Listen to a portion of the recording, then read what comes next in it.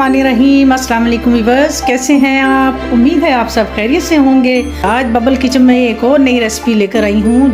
रमज़ान आगे आ रहा है तो मैंने सोचा कि रमज़ान की मुनासबत से आपको कोई डिश दी जाए, तो क्यों ना जो सबसे ज़्यादा खाई जाती है जी चाट। मैंने कहा चाट से आगाज़ करते हैं। तो हम बनाएंगे जी आज काले चने की चाट, वो भी कराची स्टाइल। तो जी इसके लिए जो जो चीज़ें चाहिए होंगी वो मैं आपको बता देती हूँ जी। सबसे पहले हम लेंगे जी काले चने, 2 कप के बराबर ये काले चने हैं।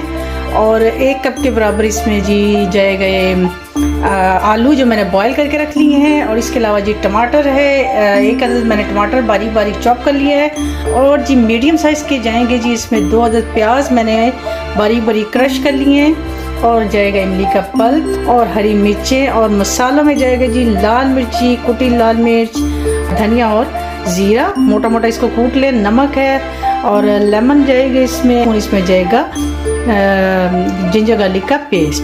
तो चलिए हम अपनी रेसिपी को स्टार्ट करते हैं, जो कि बहुत जल्दी और क्विक बनने वाली है। तो रेसिपी को अपनी शुरू से लेकर एंड तक ज़रूर फॉलो करना है ताकि कोई भी स्टेप आपसे मिस ना हो जाए। सबसे पहले हम जी अपने पैन में डालेंगे, थोड़ा सा ऑयल डालेंगे। ये जो प्याज है हमने सारे इसमें नहीं डालने, थोड़े से भी इसमें से डालेंगे, बस थोड़ा सा फ्राई कर लेंगे। लहसुन अदरक का पेस्ट इसमें डाल देंगे, मसाले इसमें ऐड कर देंगे। ये इसमें कुटी लाल मिर्च गई, इसमें नमक गया। ये सारी चीज़ें आप अपने मसाले अपने टेस्ट के हिसाब से कर सकते हैं। धनिया और ज़ीरे का पाउडर है जो मोटा मोटा मैंने भून के कूट लिया था।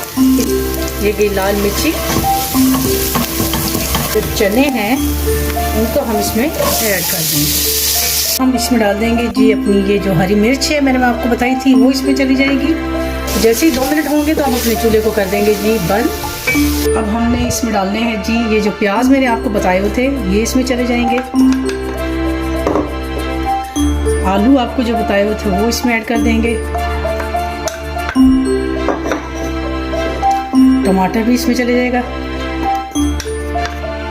और ये जो इमली का पल्प मैंने आपको बताया था वो भी इसमें चला जाएगा।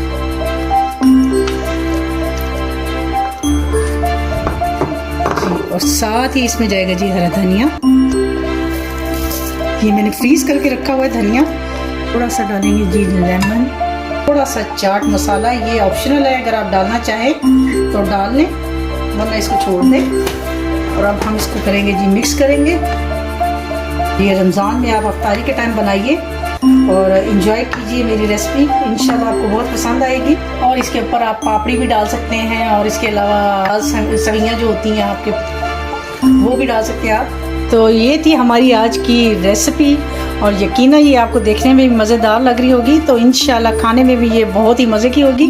तो ज़रूर ट्राई कीजिए मेरी ये आज की रेसिपी और मुझे कमेंट में ज़रूर बताइए कि आपको ये कैसी लगी। इंशाल्लाह एक नई रेसिपी के साथ आपकी खिदमत में दोबारा हाज़िर होंगी। तब तक के लिए मुझे अपनी दुआ में याद रखिए और इजाज़त दीजिए। अल्लाह हाफिज़।